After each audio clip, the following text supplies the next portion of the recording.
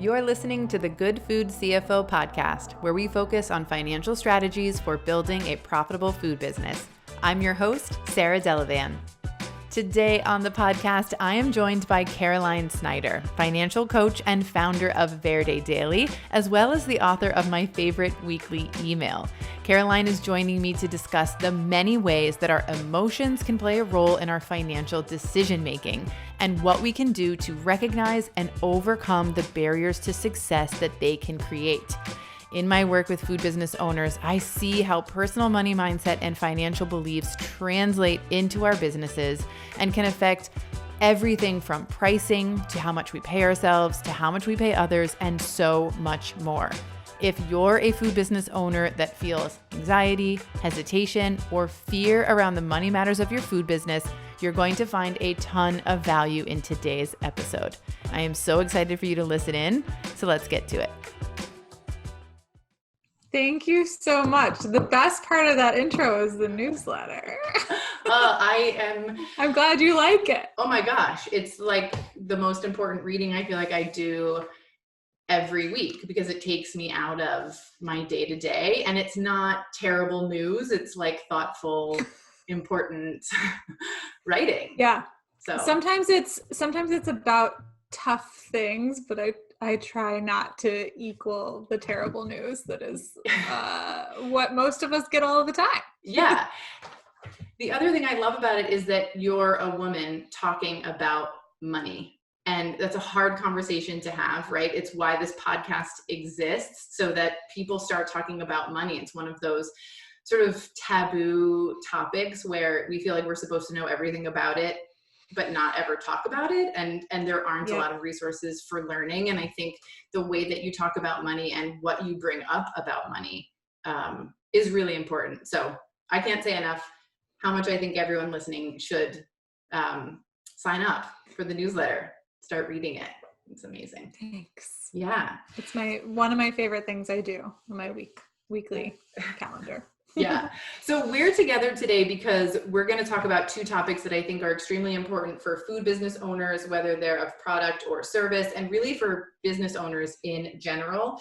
And that is number one, pricing, and number two, paying yourself from your business. The podcast is focused on building financially sustainable and profitable food businesses. And you can't do that if your products aren't priced right. And you don't have a truly profitable food business if you're not paying yourself a fair wage from your business. So I'm excited to dive into this with you. But before we do that, I want to talk a little bit more about your road to becoming a financial coach, because before you stepped into this role, you were a social studies teacher. Can you tell us about your journey? Sure. I wanted to be a social studies teacher since I was probably like 7. It's an early dream, and I made it. So I started my career out as a high school social studies teacher. So I taught, I think last count, I taught 9 different subjects. Wow. In 5 years. So not surprising, I burnt out. That's too many subjects, too many different classes, too many preps. But I loved teaching, and I still love high school kids. Like, teenagers are special little gems of humans. So that's where I started my career. And I actually was like very anti-money. Like, I did not enjoy math classes growing up. I thought that money like inevitably was like very math heavy. I felt like I didn't understand it. I felt like it was for like other people and not for me. And I was also raised in a household where the emphasis was on doing good. It was a very religious household. So like doing good and helping fellow humans. Right. And that usually making a lot of money actually meant you were not a good person. And so in my mind, I'm like, okay, cool. So if like making a lot of money means you're bad, then I made this jump. So it was like, then I should just not understand any of it, which is completely illogical. Like, I could have still understood some basics and that would have helped. But I ended up in one of these 9 classes that I taught, I ended up having to teach a financial literacy course. I was so unqualified for that class. It was laughable. Like, I cried every time I had to file my taxes. I avoided opening my bank accounts. I had a lot of credit card debt. Like, I was living outside of my means. And then there I was, like, in front of a bunch of 17-year-olds, supposedly teaching them how to handle their money well. And that was my big light bulb moment. So from there, just kind of being forced to put on my educator hat meant that I was able to look at my own financial situation in a non-judgmental way, which was huge for me. And once I was able to take the judgment out of it, I realized, like, oh, this doesn't have to be so bad. And actually, I'm kind of curious. And this brings in a whole lot of my other interests. And so I just sort of like dove in from there. And then several years later, I went back to grad school, got my MBA, focused on finance. I worked in kind of traditional financial advising for a little while, which is not a good fit for me. Could be a good fit for somebody else. But I found the traditional financial services industry to be very frustrating because I like working with people who are often doing things that the traditional financial services industry like just does not understand. So in traditional financial industry, the way an advisor would make money is by helping their client invest, and you would get a cut of how much is in that account. Most of my clients now are either not investing money anywhere at all, or it's very small, or it's not their focus. So like traditional advising is kind of telling you what to do, whereas what I'm doing is teaching people how to handle their own money well, whether that's personal or business. And often, because I work with a lot of entrepreneurs and freelancers, your personal and business is intertwined. So it's both. Yeah. And then you can do it on your own. Like the ideal situation is you kind of grow out of me. Yeah. Yeah. I have that same approach to the coaching that I do. I don't want to just do the work for my clients. It's about teaching them a thought process and tactics, systems, tools so that they can, not need my help. Maybe just check in if something new pops up and they, want a second opinion. But I love that. I love empowering people to make good decisions in their business, in their life, especially when it comes to finances. And I want to point out something that you said, this feeling around like, if you have money, if you have a lot of money, you're not a good person. And I want to sort of shine a light on that thought, because particularly in the good food space where business owners are starting their businesses and nonprofits, right? Same idea. Lots of entrepreneurs in the service space. We start our businesses for a reason, right? There's a passion, there's a purpose behind it. And when money then comes into play, and there's this idea of making money from doing good or while trying to fulfill my purpose, there is a lot of internal dialogue, a lot of emotion that comes along with that. Yeah. And I know you do a lot of work in this area with your clients, which is exactly why I asked you to be here today. So let's dive in, right? Let's just go into pricing, right? So one of the major mistakes that I see food business owners making in particular is pricing based on the competition, right? Or an industry standard, something that is outdated really when it comes to the modern food business, or their gut. And when we work through the process of figuring out what is the right product price for their business, and they see it, written, well, not written on paper, but in an Excel spreadsheet or, in one of our tools. You could print it. Yeah, you could totally print it. They know what the right step is for their business. They understand why this price change needs to happen, but they are frozen in their tracks because they just can't get past some emotional blocks that they've got about raising their prices. And so I wonder if you can talk a little bit about maybe why this happens to people. Can you dig into that a little bit for us so we can understand maybe what's going on internally before we talk about how we can overcome it? Yeah. So those emotional blocks come up for people. I mean, even if we're not talking about pricing, right? Those same emotional blocks are going to come up around a lot of money topics. Mm-hmm. And each person is going to feel a resistance in a different way. And if you don't feel any resistance when you're doing your pricing, kudos to you. That is great. That probably means that you were not taught certain things as a child, or you were very good at closing your ears off and not listening. But most people feel an emotional resistance. And the reason that comes up is because of how we were taught.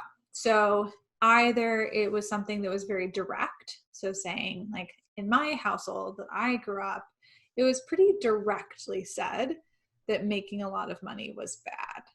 I'm actually really glad I brought that up because this ties in really well with that.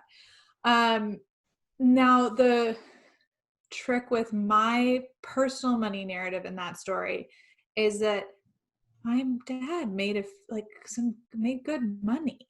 Like, I grew up in an upper middle class neighborhood. We were comfortable. My parents were able to pay for my undergrad tuition. Like, there was this very hypocritical, maybe not hypocritical, probably hypocritical. There's a misalignment there, right? Like, being told, hey, making money is bad. FYI, we make good money.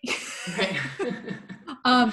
And most people, because of the way Americans are taught and brought up around money, and the fact that we really don't have language to have these conversations that are part of our normal social lexicon, most people have those misalignments internally, but because we've never talked about them, we don't recognize them.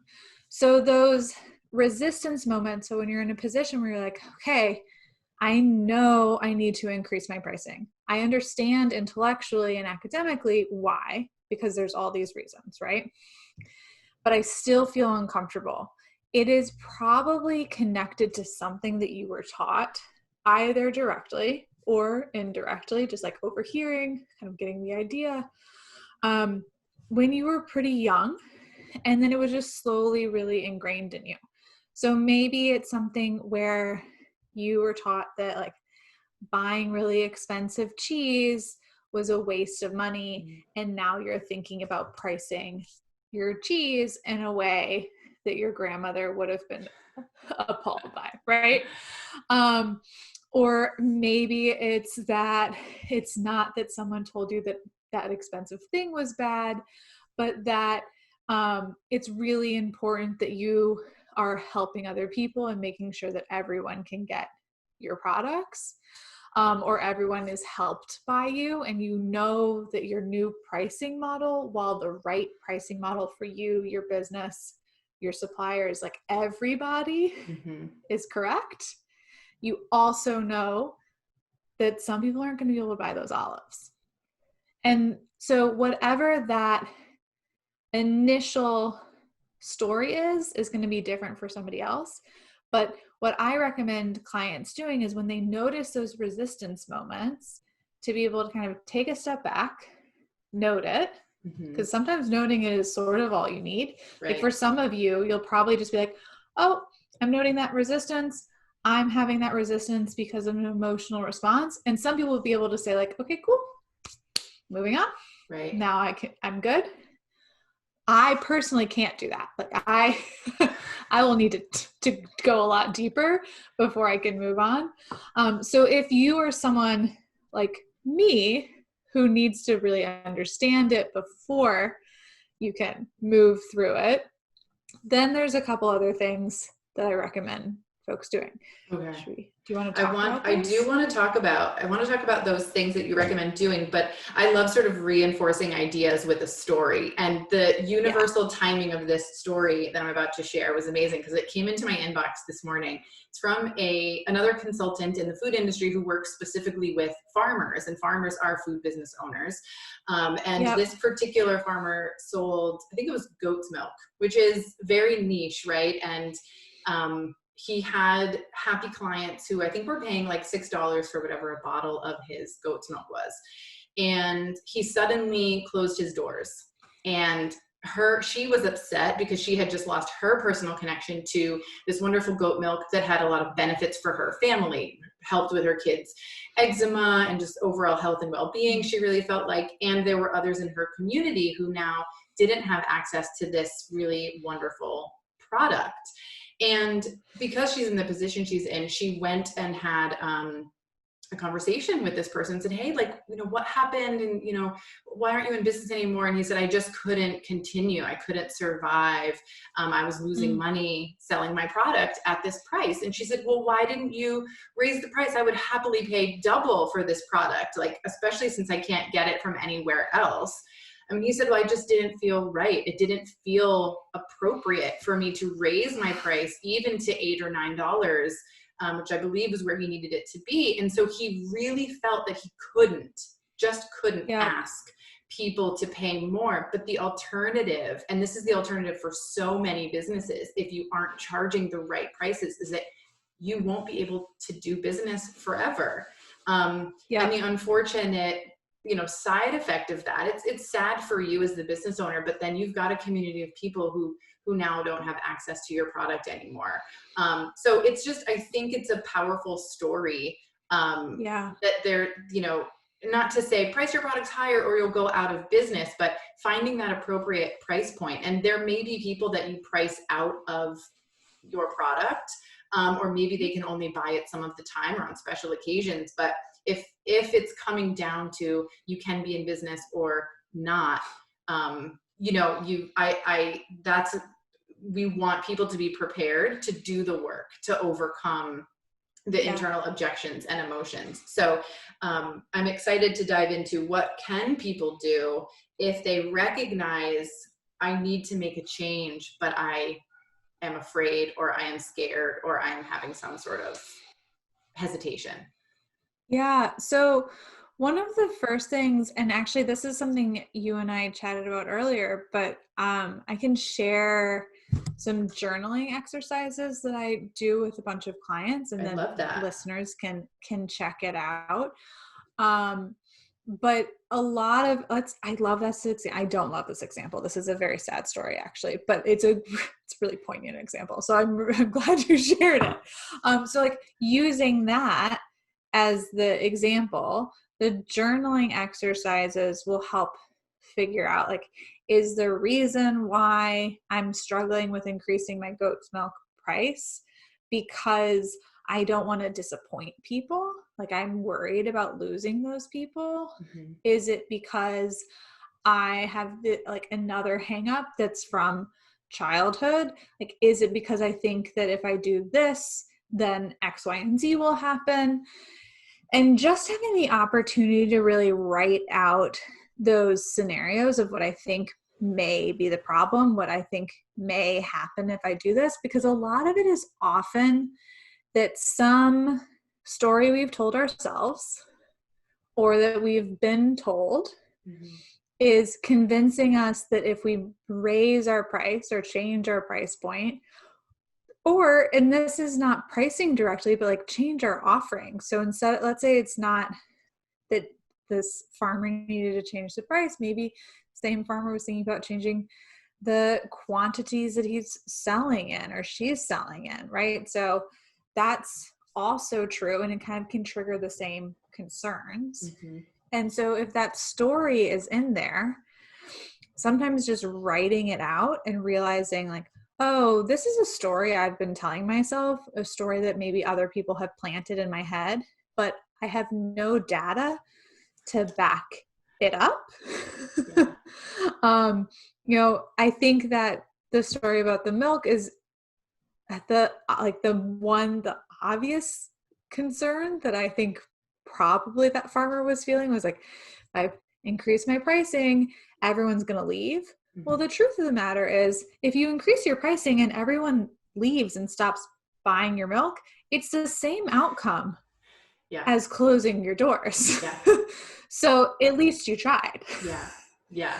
And Yeah, I'm thinking about that it's probably Oprah that I learned this from. But that like when you have some of those negative thoughts like around journaling, right? Well, like what will happen if I raise my price? And then you say, well, everyone will leave. Well, then what? Well, then I Yeah. won't have a business. And then what? Like, but I'll be okay. I'll be alive and I'll have my family and I'll move on. So you kind of like take it to that worst case scenario and you sit in that for Yeah. a second, maybe realize, okay, it's not that bad and that scary. And maybe I will take the chance because in this Yeah. case, the two bad outcomes are the same, right? And that can be Mm-hmm. helpful to kind of do the breakthrough. So I love the idea of journaling to sort of come to that place. I love that. Yep. Yeah. And just having the opportunity to look on, I think being able to see your written words on paper and look back on that and question the validity of your own thought processes is incredibly powerful. Mm-hmm. That's what I was saying. Sometimes for some people, just noting the resistance and being able to move on, that's great if that's where you are. Mm-hmm. Most people need more than just noting in their head, which is a meditation technique that can be very helpful. Okay. The noting via journaling is like a deeper version of that because you're giving yourself the opportunity to really unpack and explore, and then you can note it on paper or on your notes app or wherever, and then move on. What are some other things that folks can do if they see fear, anxiety, hesitation, all of the emotions? What else can we do? Yeah. So a lot of times, and correct me if I'm wrong, Sarah, but a lot of your clients and probably a lot of the listeners today are the owners, the sole decision makers, or at least if they're not the sole decision maker, you're probably one of a small handful of decision makers. Yeah, correct. Is that fair? Yeah. Yeah. So you're in a tough spot. Like that's a lot of responsibility to have. And if you know the correct answer and you're having those resistance points and you've journaled, you've noted, you recognize that it's an emotional response that is not valid, or it's not, I don't mean not valid, all emotions are valid, but not valid in that it's not rooted in reality, and you're still feeling that, that's a time to like just honestly step away for a while. Right. I think a lot of times as business owners and as entrepreneurs, we think that we need to make the decisions immediately and as quickly as possible. And I think the food industry in general is one that kind of thrives on that expectation of move. And while there are times where you have to make a decision really quickly, right? Like, oh man, I'm in the kitchen and I just ran out of this ingredient and this person ordered this. What is a quick swap that I can offer as an alternative? Like that's an actual time sensitive decision. Yeah. Giving yourself a couple days to get comfortable with the idea of raising your prices, or maybe a week, is fine. Like that's okay. I think we don't give ourselves enough permission to just give ourselves the time that we need, because emotions are not like, they're not on off switches. So even if you've done the work and figured it out and you've done the journaling and you've meditated on it and you've talked to people and you've done the work with Sarah and like, this is all correct, that doesn't mean that you're just going to be able to turn off the switch. And I think that's really not like, it's not just not being kind to yourself, but it's if you continuously push through and either let those emotions win so you don't make the change in your price, or you make the change in your price before you're quite emotionally comfortable with it, that's going to keep coming up, and probably that habit is going to bite you in the butt in the end. One of the things that I like to teach too is don't be reactive, right? If you usually 9 out of 10 times when I work with a new client or program member, there's usually on average like 3 products, depending on the size of their lineup, or 3 menu items that are underpriced in a way where it's really impacting their bottom line. And those are the types of pricing situations that I'm thinking about and kind of talking about today, right? Those like make or break your business decisions, because there are always things you can change inside your business to help improve the profitability if you really can't raise your price another dollar or, something like that. But if there's, if you're dealing with something where this is a real life example that people who followed me for a couple of years have heard this story before, but we used to sell a taco buffet for when I was an employee. I was a buyer.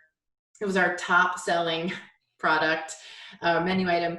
It was literally cheaper than going to Taco Bell to get a taco, but no one really realized that until we did the math. It was such an amazing deal. And it was all local, organic, sustainably sourced ingredients. And doing the work that I was doing, I was like, we're not even covering the ingredient costs for the proteins and the tortillas and the avocados here. We are losing money every time we sell that product, right?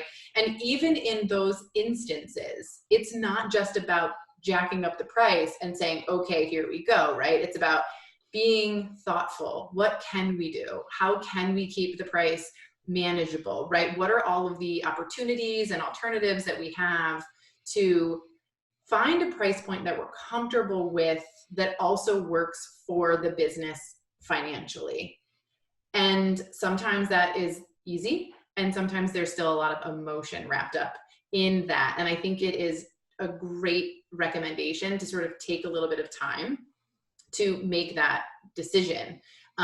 Because listen, if you've been selling something at the wrong price for a year or 3 years, if you take a week or two, you know what I mean, to kind of sort it out and make sure you feel really good about it. It's not going to be the end of the world. Totally. Yeah. But I wanted to, as you were talking, I was like, I want to make sure we're really clear about the types of pricing decisions that we are talking about in this scenario, right? It is like that milk farmer, that goat farmer, right? It is about, how hard are you working in your business to produce sales, right? To produce product.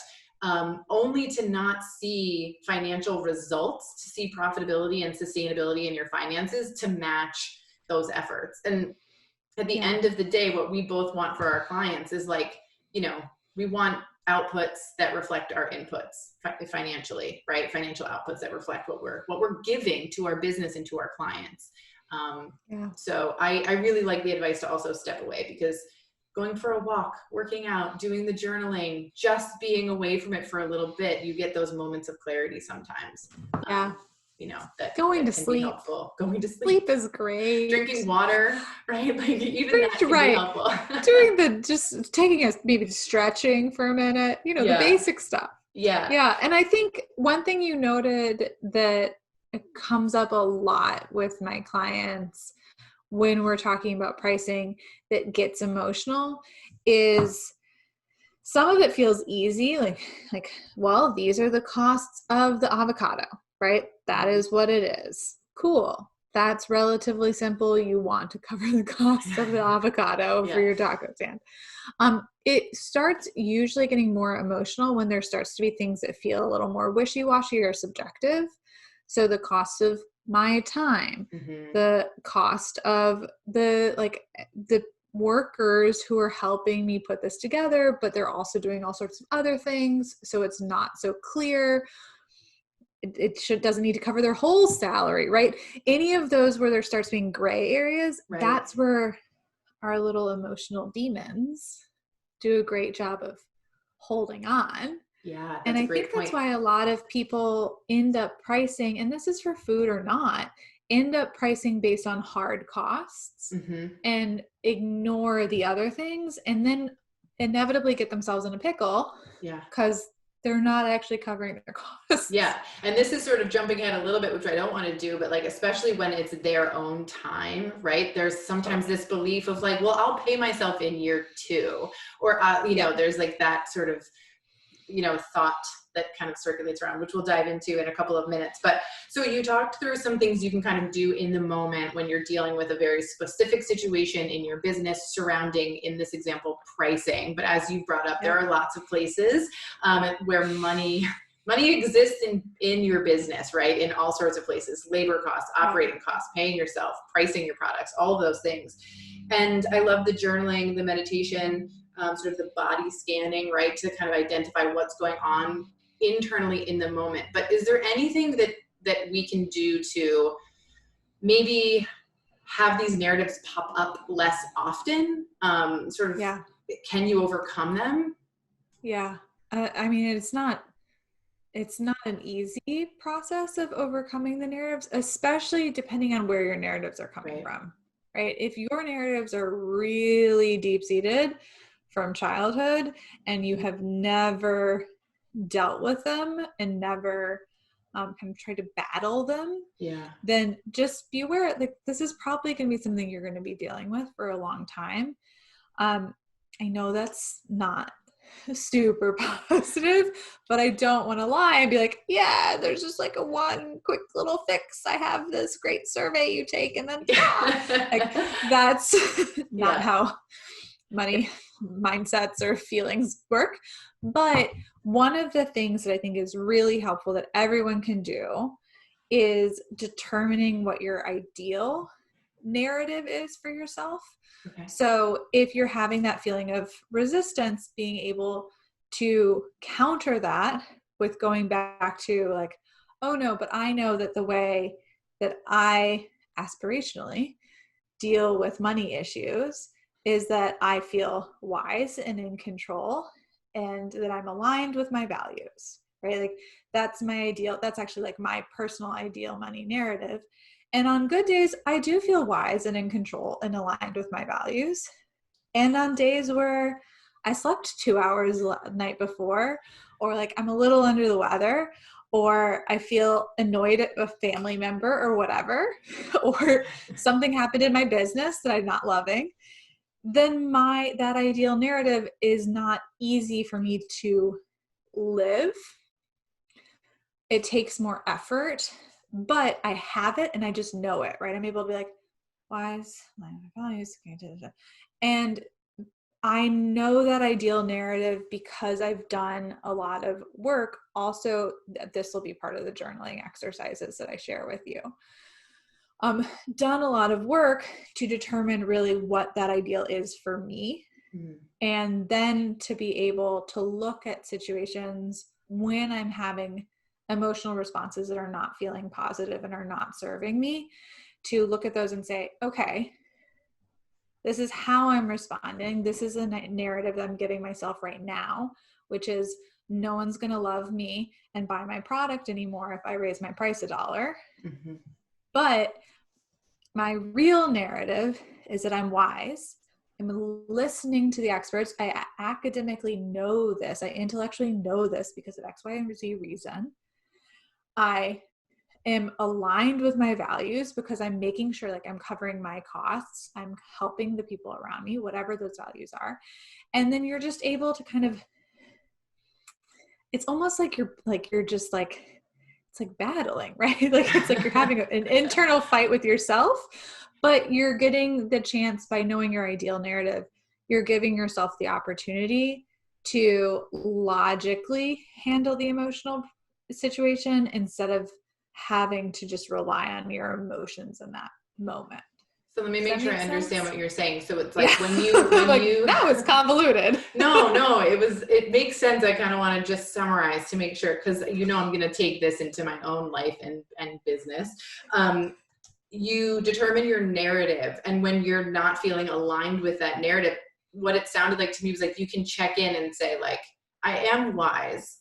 And or am I being wise? Or am I listening to the experts? It's almost like you're confirming, I'm not listening to the experts. You can then shift your energy and check in with the expert, right? Or whatever that is for you. So I love that because it's almost like bringing you back in. It's sort of like, if you're having an argument or something with your partner and it's like, okay, take a couple deep breaths and come back to this with a more even, emotional balance, right? It's sort of the same. You're just having that argument with money or yourself about money, right? And so I think that that's great. And I can actually think about, some folks that I work with who've had sort of knee-jerk reactions like, oh, we can't do that. And the reasoning for them is we can't do that because then people are going to think that we're like, profiting too much from them, or that we're overcharging or whatever that is. And then they can go to that narrative and say, well, am I profiting a bunch from them? No. Right? Like, am I doing this arbitrarily, just because I want to? No. Why am I doing this? These are all the reasons I'm doing it. So I think that resonated with me. I love that recommendation so much. Love that. And one thing I do with a lot of clients is like, just put it on a Post-it note and have it someplace. Like maybe it's a virtual Post-it note, maybe it's a real Post-it note, but just somewhere where you can see it. Because especially with journaling, I think sometimes those of people who are either have a regular journaling practice or do it every once in a while, it's one of those things where like you do it and then you close the notebook and you walk away. Yeah. And then the next day you're like, I don't even remember what my ideal narrative was. So just having it someplace visible is incredibly helpful. I like that little note on your phone. So whenever you're feeling it, because you always have your phone, right? So you could just open that up and reference. Totally. Love that. Any other recommendations for sort of long-term help, or have we covered them all? Those are the big ones. I think if you are continuously coming back to having these same blocks or same struggles over and over again, that's also just a really good indication of I might need some outside help in getting through those. And like, that's totally fine. Most people do need outside help to get through a lot of this stuff. Yeah. So, if it feels like you're kind of on a hamster wheel, that might be time to start looking for other resources. Yeah. Love that. Thank you. So let's move on to talking about paying yourself. This is so big for so many business owners. Again, whether you're in the food space and you're selling a product, or it's a service-based food business, or it's not even in the food space at all. Yeah. This is so relevant to a conversation about emotions and narratives around money. One of my top priorities, and I'm sure you share it in terms of your clients, is getting people paid. Business owners, right? Like, again, you don't have a truly profitable business if you aren't paying yourself. It's also not sustainable, right? Like you need to be paying yourself. It's a hobby if you're not an expensive one potentially too, right? So I can think of a few reasons why a food business owner would not pay themselves. And some of them are concrete, like there literally is no money in the bank to pay myself. I also know business owners who get a payroll check. They send themselves a check in the mail, they process it through payroll, and then they never cash it because there's like some fear around that money being gone for their business. First, I want to ask, are there any other scenarios that you've seen? And I want to share this because I want listeners to say, I identify with that. I'm not alone in feeling that way about paying myself in my business. So I think that that's an important kind of thing to touch on. And then sort of, when is it okay not to pay yourself versus when might it be, I'll say, a smart choice to not draw money for yourself from the business? Yeah. So I think one of the things that also often happens for business owners is that you just severely underpay yourself. So maybe you are technically paying yourself, right? But what you're paying yourself is, truth be told, like laughably incorrect. Right. And I would argue that's basically the same thing as not paying yourself. So I think that's just like a good note. So yes, there are scenarios where people don't pay themselves at all. Yes, there are scenarios where like you ran it through payroll, but you never cashed a check.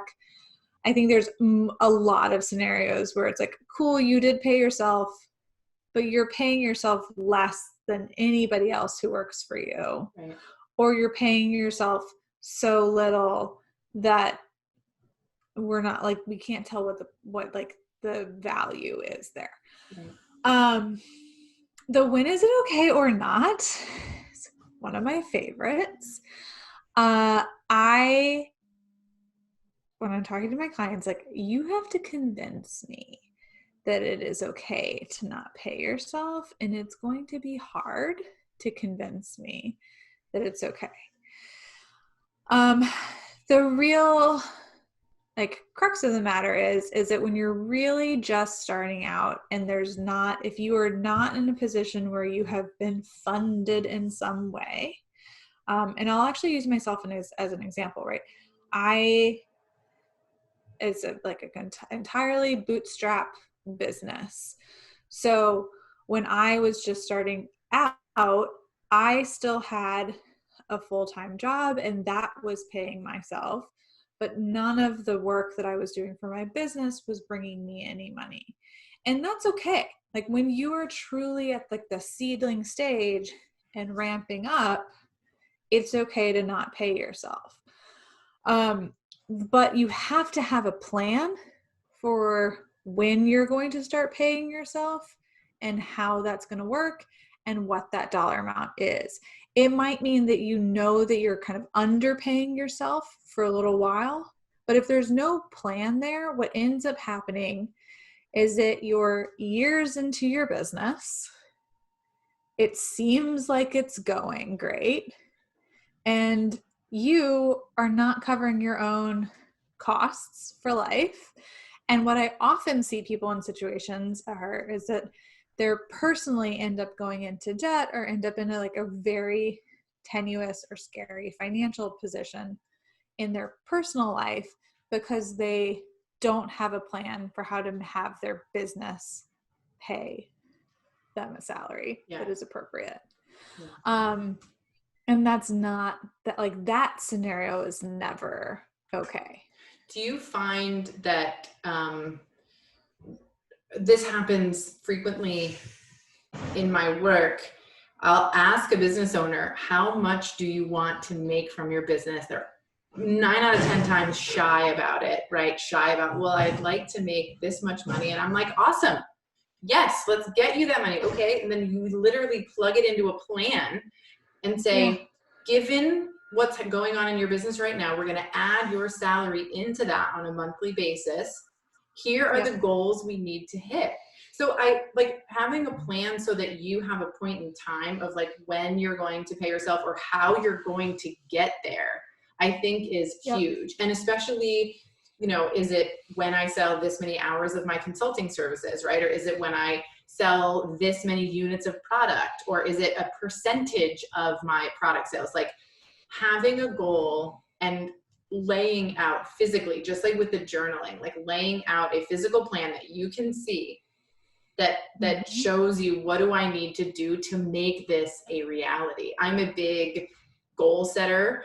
I believe in setting goals and again, writing them down, because there's these aha moments that come when someone sees, oh, if I pay myself $4,000 a month from my business, that can happen when my revenue hits $13,000 a month. That just happened in a conversation I was having.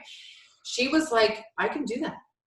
I can do that. And then when you see what that looks like over 6 months or 12 months, it also then takes away the fear of cashing that check that you just wrote yourself, right? Because you have a plan and you kind of know then what the future looks like if you can continue to hit your goals. So you got me on that, creating a plan. I love that. I think it's so important. And one thing you said that I think is really important is that there are different scenarios, right? Like maybe it's a certain number of units, maybe it's a percentage. The way that it's done does not need to be one size fits all, and it should not be one size fits all because all of our businesses are different, and that's fine. And I think one reason why people end up in a position where they're not paying themselves, they don't know how to create that plan, and potentially what they've heard from other people about creating that plan doesn't seem to be a good fit for them. And that probably means it's not a good fit for you. But it doesn't mean that that's the only way. And it certainly doesn't mean that just because it's not a good fit for you, you shouldn't get paid. Yeah. Don't abandon the goal of paying yourself. Yeah. So, so you talked about, maybe you don't pay yourself, I think paying yourself some amount is better than not paying yourself at all, but it's obviously not the perfect scenario. And when you and I were talking before we started recording the podcast, you mentioned in-kind donation to your company. And I love this idea. So what you said was, even if you can't pay yourself a reasonable sort of fair rate and you're paying yourself a smaller portion, right, and we're not talking about a smaller portion of like your ideal income. Like if you want to be making, $250,000 a year from your business and that's not reasonable, and you're paying yourself less than that. We're talking about, you're putting in 40, 50, 60 hours a week and you're not compensating yourself fairly for that. You absolutely should be recording or keeping track of what you call an in-kind donation to the companies. Can you tell us, what is that? How does that work? And what does it mean in terms of money? Yeah. So this is something I work a lot with nonprofit executive directors, and this is something that comes up a lot in the nonprofit space, but I think it is brilliant for the for-profit space too. An in-kind donation is the work that you're giving. It's like the sweat equity that you're putting into your business. And so let's say a reasonable rate for your hours of work in a week. Let's just pretend that's $1,000 because that's an easy number. And you're actually only paying yourself $200. So in that case, just keep a record for yourself. It doesn't need to like go anywhere necessarily, but for yourself, that you just donated $800 to your company. Like, no, you did not donate the cash, but you donated the time that equals $800 for your company that week. And I think it is a good practice to keep track of that, because it is a reminder to you as the business owner, as the entrepreneur, that your work is worth money and that you are worth having an income and having a reasonable income, and that by not paying yourself, you are donating money. That's what you're doing. And so just having that script of, okay, this month I donated, like $3,200 to my business. Like, that's not going to feel good for very long. And honestly, like, I want people to be in an uncomfortable position to help make sure that the plan is right and that they're motivated to get towards the plan. And it doesn't become just this like habit pipe dream of one day paying yourself. Yeah. Make yourself uncomfortable. You should be uncomfortable. I love that. I always talk about ripping off the financial Band-Aid, right? So like looking at your personal and professional checking account balances, looking at your profit and loss statements, right? Rip off that Band-Aid and then get cozy with your numbers, right? I live for coziness, and I think, it's uncomfortable to face something you are afraid of, but the majority of the time, all of the time, once you face it, you understand what's going on and you create that plan, then you know how to get out of uncomfortable and land in cozy, right? And feel empowered, which I know is so important in the work that you do, and same for me. You're empowered. You have knowledge now that you can make decisions in your business, in your personal life that you feel really strongly about and confident in. And that's such a better place to be than hiding your eyes, or not keeping track of what you're donating to your company, right? Or not having a plan for when you want to pay yourself and how much you want to pay yourself. Yeah. And it goes, so the pricing and paying yourself conversations in tandem just go so well together, because you're like, by not changing that pricing, right, you are leaving the Band-Aid on, but you're just hurting yourself in the long run. And I think sometimes when we're looking at like a product, we can recognize that a little more with how it's just a little easier to recognize. But the same thing's happening with you and your services that you're giving. It just makes people a little uncomfortable because it's now putting a dollar amount connected to a human, and that's really not cool. Yeah, I completely agree. Oh, I love all of the tips. So of course, we're going to have all of Caroline's tips for sort of checking in with yourself and recognizing what's going on in your body emotionally, right? Your journaling prompts download, we'll have that available in the show notes. And of course, the link to sign up for her email, her weekly newsletter, which I think is so, so important and dives into so many important topics. And if you have any questions, I think that, reach out to either of us. We'll have both of our information available in the show notes as well. I think that as business owners, I say this because I believe it for myself and I believe it to be true for others. Our personal financial beliefs come into our business. They affect how we deal with our finances, from paying ourselves to the pricing to how much we pay others, and a host of other things. So I think that it's important to, I love, obviously, getting coaching on your business numbers, especially if you're not financially sustainable and you're not in a place to pay yourself. But I also think it's a great idea to work with someone like you on the personal business narratives and personal financials. Because I think when your personal numbers are in order, your business numbers are more likely to be in order. And they are really, even if you don't share accounts, even if you're not moving money back and forth, you are the sort of the conduit between the two. And I think the work that you do has such a positive effect on entrepreneurs and business owners of all types. So thank you for your work. Thank you. Yeah. I think one thing that I would just like to add in at the end is that, you can get your business numbers all aligned and like in order and you feel great about it and you got a plan and the plan is working. But if then you pay yourself and the money comes into your personal life and you're not aligned on your personal side, like, your business might thrive, but your holistic life is not thriving. Right. So that intertwine is really heavy. But also great, because once you get, I just think like once you're so right, once you get one a little more set, then the other one tends to follow. Yeah. And honestly, once you've done one side of things, the next side of things tends to be a little easier. Like It's less of a lift because you've already done a lot of the work of peeling off the Band-Aid. Yeah. You're a little cozier with those numbers. You're a little cozier. Yeah. Yeah.